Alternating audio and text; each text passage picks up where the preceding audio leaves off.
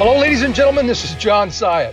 Well, when I was a kid and a young adult, my grandfather repeated a phrase over and over again to me. He would say to me, John, do not be a mile wide and an inch deep. Now, when I was a kid, I really didn't understand what it meant. It wasn't until really I was a young adult that it finally dawned on me what he meant. See, my grandfather was born and raised in Wyoming. And in Wyoming, they do a lot of oil exploration. Well, those who go out and try to find the oil are called wildcatters, and it's a very tough business, and not very many people succeed. And those who fail at that job are derided and referred to as those who will go a mile wide and an inch deep, meaning when you try to find oil looking over a vast area but only drilling down an inch deep, you're never going to find it. So those wildcatters who did that, maybe not literally, they didn't go an inch deep. Obviously, they went greater, but they never went deep enough to find it.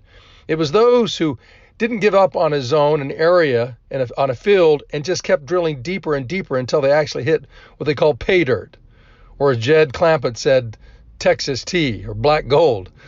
Well, what was my grandfather's point? My grandfather's point was this: whatever you get into it deeply. In other words, live your passions, find your passions, because his point was those who are highly successful, those who are extraordinary, are those who live their passions. In other words, they are passionate.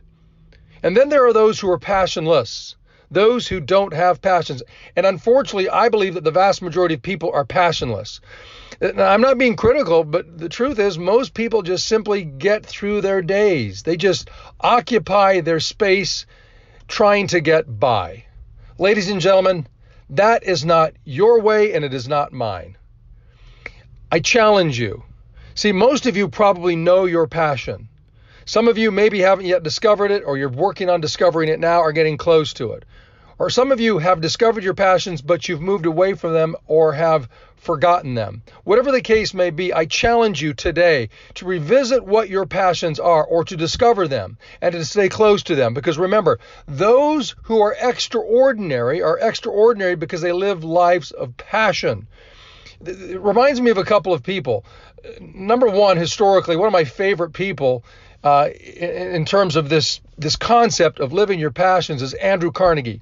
Andrew Carnegie was born in Scotland and was raised in a one-room dirt floor cottage until he was, I believe, around 10 or 11. And then his family migrated to the United States. They were very, very poor, very poor.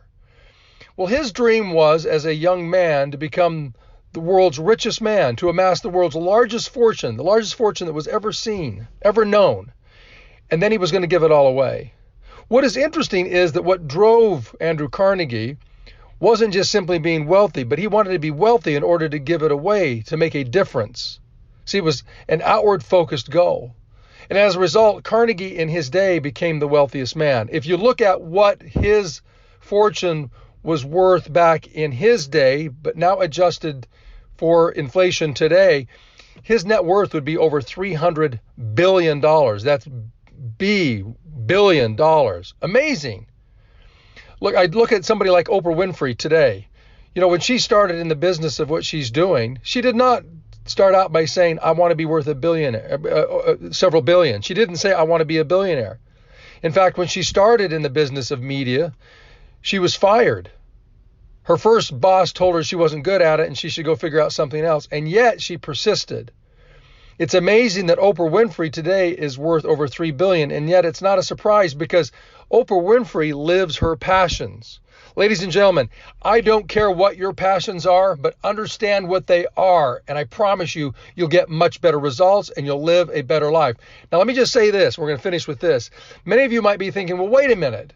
What I'm doing on a day-to-day basis, I can't be passionate about. You know, real estate or whatever it is that I do is not my passion. There are other things that I want to do. Then here's the key.